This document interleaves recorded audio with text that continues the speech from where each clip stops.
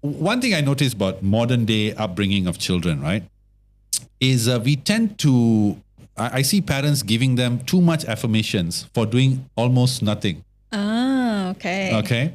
Everything is good. Everything is good. And Great. which is why when my daughter, I had an argument with my wife. I said, I want to send her to government school. Why? Because I wanted her to face racism. I wanted her to be bullied, because I feel that the real world you need to be prepared for it. And people are not going to be kind to you in the real world. There's going to be, you have to toughen yourself. But my wife won because, she's the wife. And so, yes. So she said, look, let's send her to a Chinese school. I said, okay, fine. I agree with that because I didn't want gadgets and all that in the classroom. Anyway, but the thing is, I notice now is that parents, when the child does very little, they give affirmations. And what happens is, when they go out into the real world, they don't get those affirmations anymore. So there is a disconnect between what they were brought up with and the current real world. So do you think that in education, in modern day education, one of the reasons why people are calling this generation the snowflake generation, right, is because, in my opinion, please share your input on this, is that education only focuses on knowledge. It doesn't focus on character building, right? And to mitigate, so basically what I'm trying to ask is, do you think the education should change to evolve to mitigate parents giving too much affirmations, being too kind-hearted to their children, and help grow the personal characters of students to prepare them for the world? Okay, I think I get the key word there about the affirmation. Yeah. Saying good, great, amazing for everything. Everything. Gold star, here you go. Yeah. All right. Do you do that? No. I think that's the term that is coddling. We're coddling. Yeah, we're coddling, right? So we are actually trying to coddle. We're trying to protect them from anything that's harmful, negative. So we'd like them to live in a positive words, positive environment. No, I don't quite believe that affirmations, positive words all the time. But rewarding the children is very important. And the behavior modification is important. So when you reward a child, they know why they are rewarded. That's important. You can actually give that positive words, but the most important thing is the why. If they know why, then that's fine. It's not like I get an F, for I have not written this F. So instead of we say, no, it's okay, it's fine, you're doing great. But they must know why you say doing great. For example, you say, I saw you have done a great effort. Great effort. You study all the time. You sacrifice your play time, for example, which we don't encourage actually, because they should play. But you recognize the efforts. So you can praise the efforts, but you shouldn't praise for getting that fail results, right? So you the key word here is the why. The why. The why. So as long as they know which part is good and which part is not, then they know that what needs to be done. And why is very important, because we will teach them the critical thinking, the reasoning. They know what need to be reasoned out. And if they fail, then they need to know what need to be improved. What is it that they did wrong? Was it careless mistake, or is there any problem with the rubrics, how the questions put, for example, or maybe they don't have interest, and we can't say that fail means bad all the time, because we need to know what is the why. Okay. What is the why? For example, we can't say this is quite classic, okay?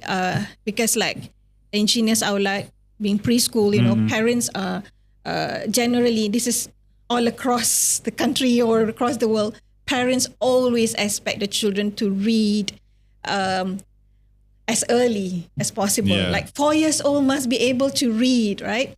But truth is, why? Why do you need that? Why? Because if your child at 4 years old can sing well, can share the stories well, being very bubbly, what's wrong with that? But not being able to read yet.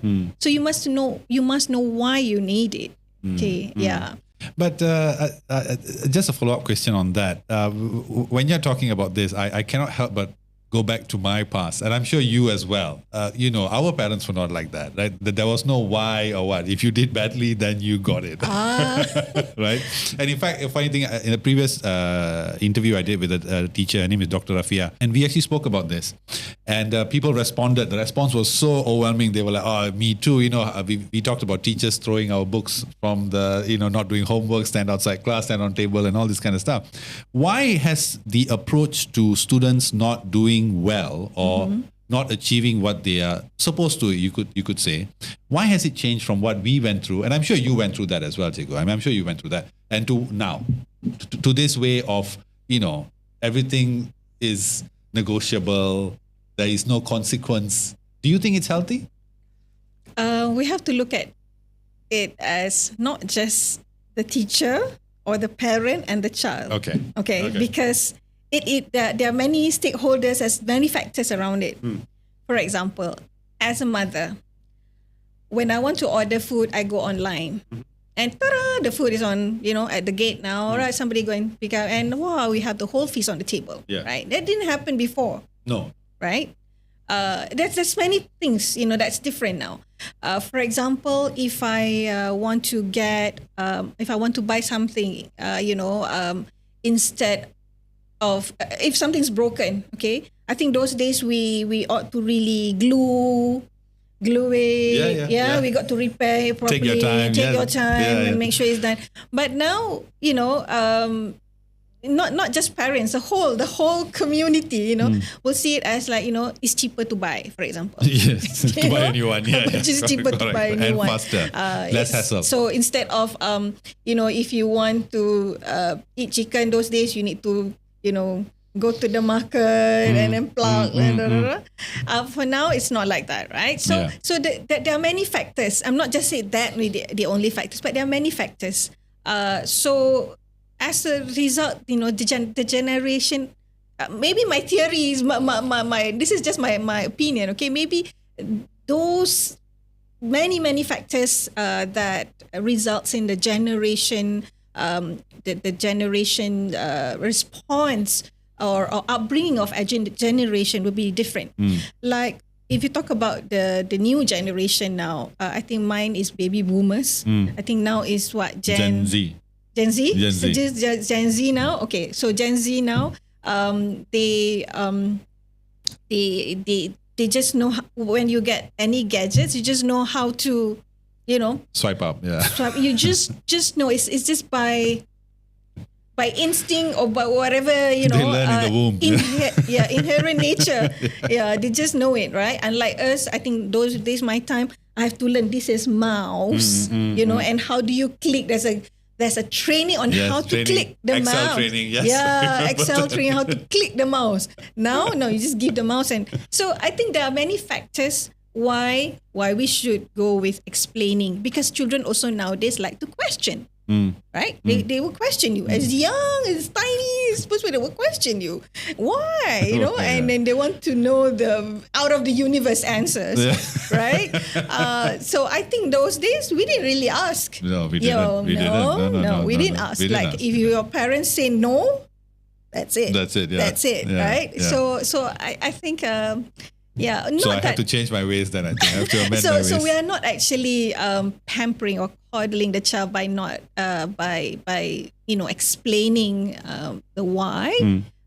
We are actually also together with our children actually learning to reason out, have critical thinking, so that both actually can have good relations instead of just I'm giving you this instruction. Listen to me because I'm your mother. Okay.